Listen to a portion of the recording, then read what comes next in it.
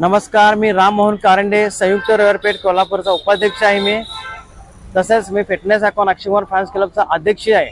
तर मी सर्व तरुण मुलांना हे सांगू इच्छितो की तुम्ही जी कालची जी शिवजयंती साजरी केली हे खरोखर निंदनीय शिवजयंती झालेली आहे. की डॉल्बी लावून तुम्ही विनाकारण ते लाईटचा इफेक्ट आणि काही तरुण मंडळी तर अक्षरशः बायकांनाही नाचवलेलं आहे.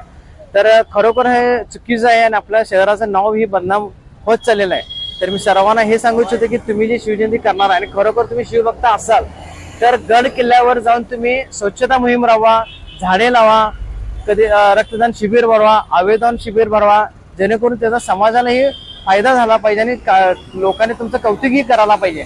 अशा तऱ्हेने तुम्ही शिवजयंती साजरी करावी आणि त्यामध्ये सर्व तरुणांनी भाग घ्यावा. कारण शिवाजी महाराज अखंड हिंदुस्थानाचे दैवत आहेत आणि दैवताच्या समोर तुम्ही दारू पिऊन जे नाचता हे फार चुकीचं आहे.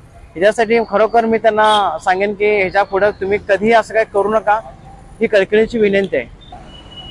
हे गेले मी आता जवळपास 8 ते 10 वर्षापासून मी असे उपक्रम मी करत आलेलो आहे आणि मी चांगले मी मेसेज देतो आहे की झाडे लावा, झाडे जगवा, सायकल चालवा, प्रदूषण टाळा, सायकल चालवा, आरोग्य सांभाळा, असे मी मेसेज मी सर्वांना देत आलेलो आहे.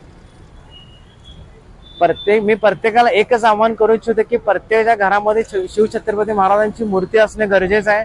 कारण शिवाजी महाराज अखंड हिंदुस्थानाचे दैवत आहेत आणि खऱ्या अर्थाने आज जे देवळातले देव आहेत हे छत्रपती शिवाजी महाराजांच्यामुळे आहेत.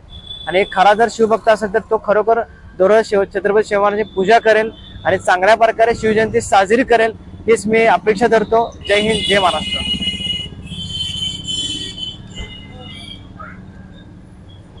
झाले